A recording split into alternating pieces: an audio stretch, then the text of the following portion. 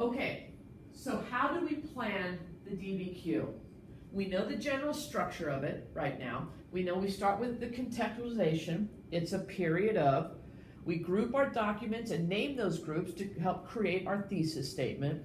We try to come up with a contrarian document, the however, to argue our thesis. We analyze, we get points for document analysis, and then we create synthesis. So how do we do this? How do we plan it?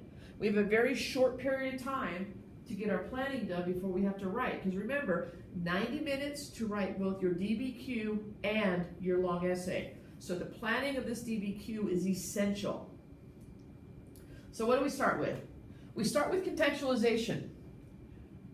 This is where we use the Star Wars theme. It was a period of civil war.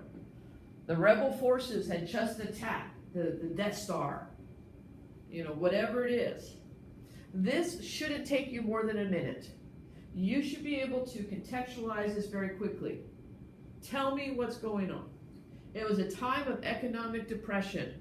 Franklin Delano Roosevelt had just won the presidential election and was preparing to present his New Deal to rebuild the economy of America. Okay? Doesn't take long. 1 minute to do that. Here's an example. It was a period of antebellum between 1820 and 1848. There was sectional growth taking place with the entry of Missouri in 1820 and ending of the Mexican-American War with the Treaty of Guadalupe Hidalgo. Towards the end of this time period, we see the beginning of the women's rights movement with the Seneca Falls Convention held in New York. Okay? So you see again, just write at the word contextualization, cross it off. Now we got that. The next thing we're going to write, thesis. At this point, you may take time, go ahead and group your documents and name the groups. You should have already done your document analysis. We're going to talk about how we analyze these documents and what I want you to write on those documents. But now we need to group them and name those groups. These are going to be your topic paragraphs.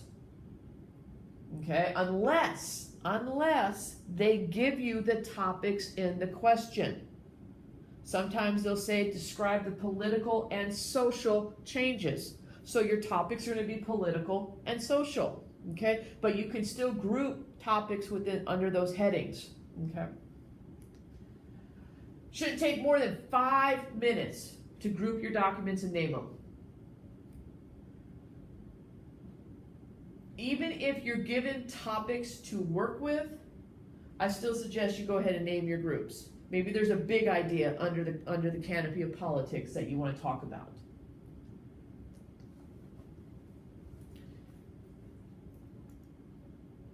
If you try to plan your DBQ with no topics, meaning they're not giving you any topics to use, like they're not saying political or social changes or anything like that, they're just giving you a blank slate. When you want to read through the documents and start finding connections between different documents that you can start matching 2 or 3 together. You can then name your groups from those documents that you connected. You don't always have to use pies. You don't always fall under politics or intellectual history or economics or social or society. You can find other groups. If you find other connections, you can use other groups. Basically, the DBQ that we're working on this month here in our class is going to have 2 topics. So I suggest you're going to group those topics under those groups. But it's going to, I believe it talks political and economic. You can have both in each paragraph. Okay? You can use documents for 2 different ideas. Just make sure you're using all 7 documents.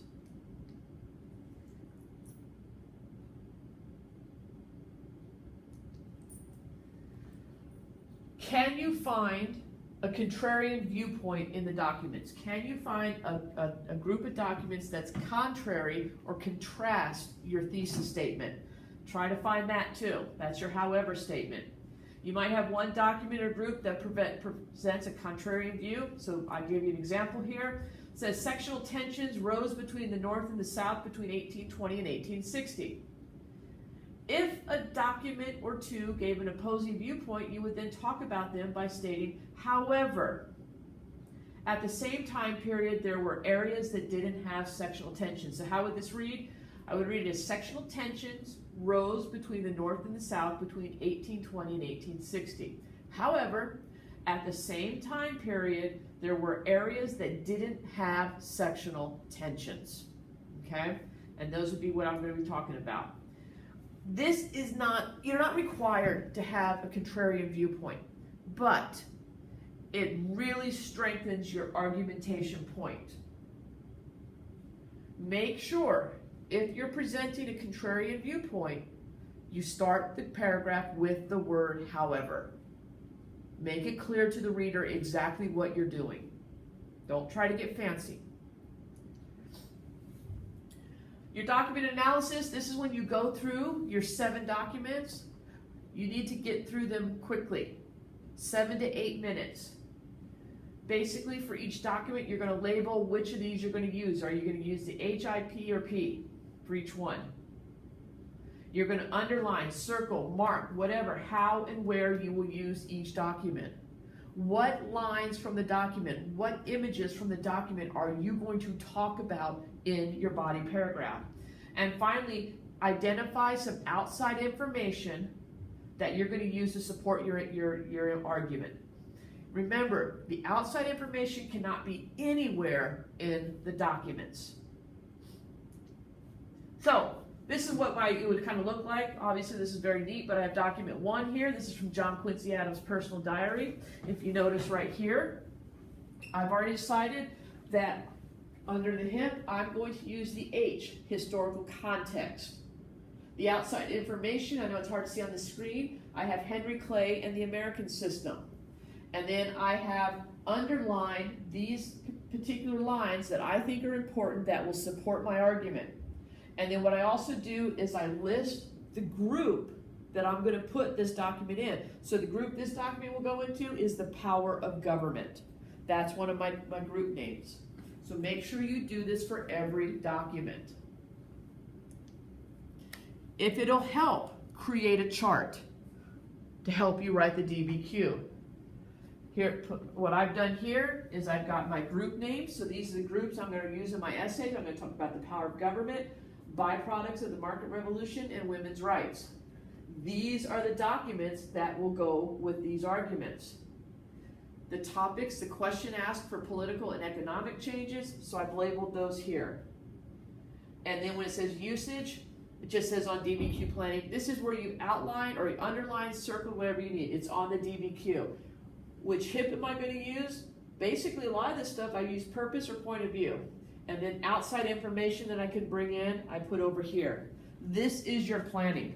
This will help you write the essay much quicker, believe it or not. Then you're going to think synthesis. You want to come up with our synthesis here before you start writing. 2 minutes spend on it. Remember, you have 2 options. Similar in kind, but different in time. Or spice up your DBQ. Remember, that's your social, political, intellectual history, cultural, or economic.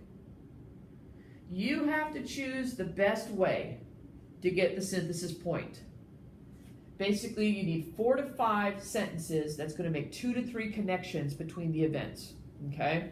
So if I'm doing similar in kind and different in time, if I'm going to compare, like a lot of you guys did in the long essay, you compared Shays Rebellion to Whiskey's Rebellion.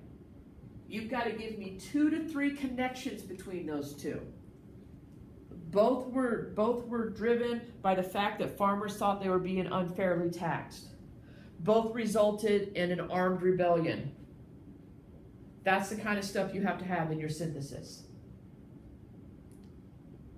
So just, here we go again. Just an overview. Contextualization, then group your documents, find a contrarian argument group if you have one, analyze your documents, including outside information in those documents, and then create your synthesis. Here is a first paragraph that I'm not going to read it to you here. You can look it up online if you're following along with the PowerPoint. But basically, this is what the first paragraph, it'll have all my groups in it.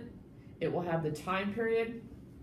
Here is the contextualization up here, talking about a period of antebellum. following the Missouri Compromise and ending with the Treaty of Guadalupe Hidalgo.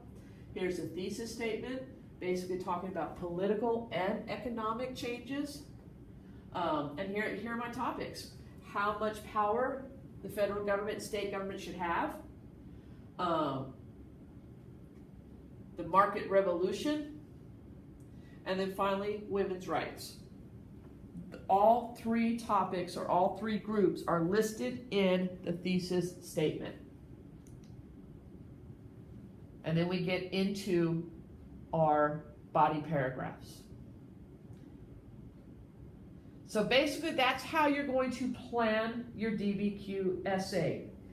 Planning is the key to success. You want a 5, a 6, or a 7. Anything beneath that, you didn't plan properly, okay? Someone has already done all the research for you. Take advantage of that. Plan out your essay the way I've outlined it here, and you'll have success with it.